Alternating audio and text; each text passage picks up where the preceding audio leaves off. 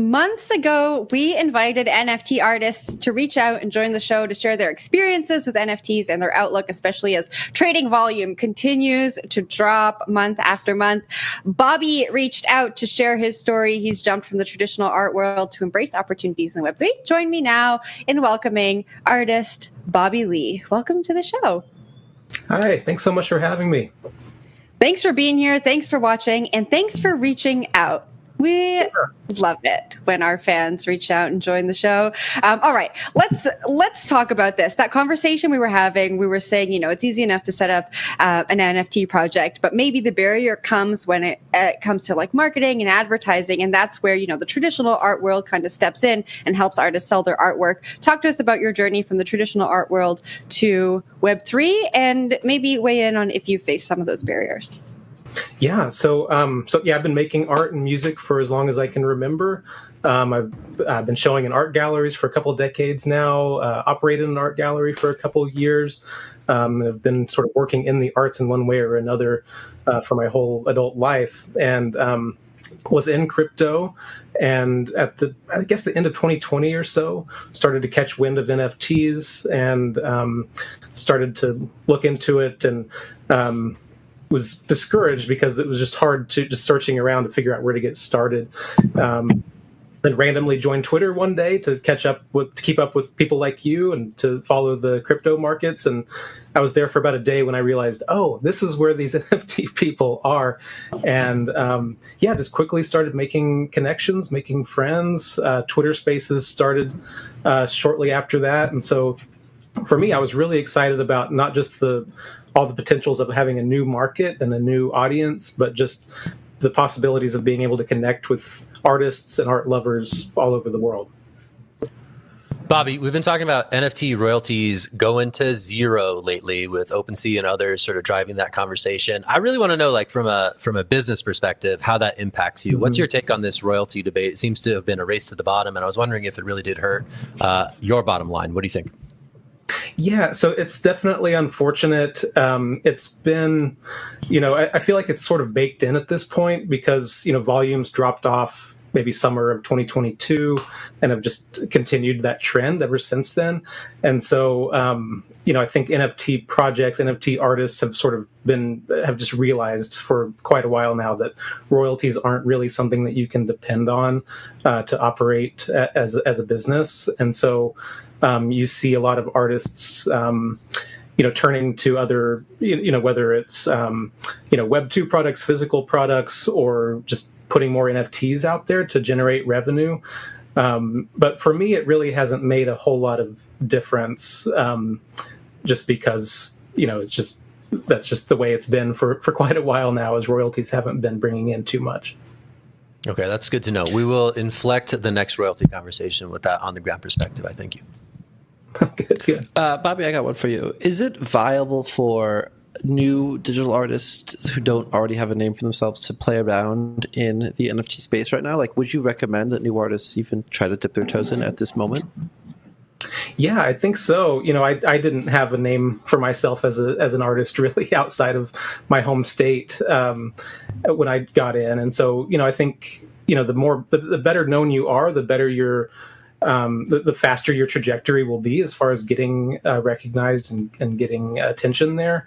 But no, I think it's the kind of thing that, if you're making good work and if you can operate within the technological confines of the space and are, reasonably pleasant to be around on social media, you've got a good shot.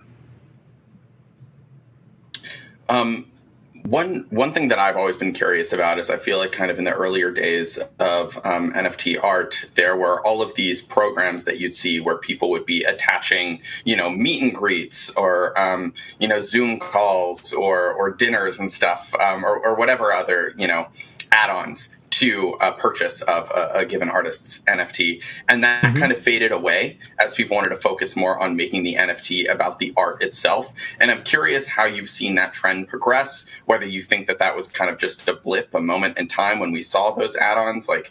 Is it just going to be NFT art? How's the format going to change? That's a really good question. I still see some of that. And I think, if anything, you might see more artists return to that as they are looking for more incentives. As the market goes down, they're looking for ways to incentivize purchasing their work. And so, you might see more of that return again. I think you're also seeing more sort of gamification of the space, and that's really something that certainly distinguishes NFT art from the traditional art world. Is you've got these possibilities of adding a little bit of fun to it, where you really couldn't with just art on the wall. Bobby, I'm curious what your experience has been with the Flower Girls. You were part of launching that project. I believe you're on the board of that project. It was supported by Reese Witherspoon, Gwyneth Paltrow, Gary Vee. Is it good to have celebrities kind of pump you up at the beginning of a project? Like, have you been able to maintain the hype around that? That's a good question. I think any attention, any volume is probably good. We wouldn't have been able to sell out. We sold out in something like 30 minutes, which was fast even at the time. This was the end of 2021. Really all thanks to Gary Vaynerchuk. And obviously, when the celebrities jumped in, I think that was sometime in the spring, that certainly drove a lot of sales. The question was, is it good? I'm not sure. And can you sustain that? I think the answer is probably no, unless those celebrities continue to do that. You see, the very tip top of our chart is when, Reese Witherspoon and all of them jumped in, and then, it kind of has declined since then with the rest of the space. And so it's very hard to continue that. And part of it's just it's not as trendy as it was. And, Gwyneth Paltrow is one of our holders, and, she's gotten into a little bit of trouble, and so have some other celebrities. And so I think a lot of celebrities kind of want to keep their distance for the time being. And so I don't know if at this point you're going to see a lot of celebrities jumping in, but we'll see. All right, last quick one. Also forward-looking. What are you thinking for the NFT market in 2024? Not even the market, but what's your prediction for what the NFT story will be next year? I think it's going to follow the crypto story. I think if crypto has, I think, shown a lot of resilience, and so if it can continue that, obviously, this week hasn't been the best week recently, but I think, if it can continue to be resilient, and if it can enter another bull cycle, then NFTs will follow.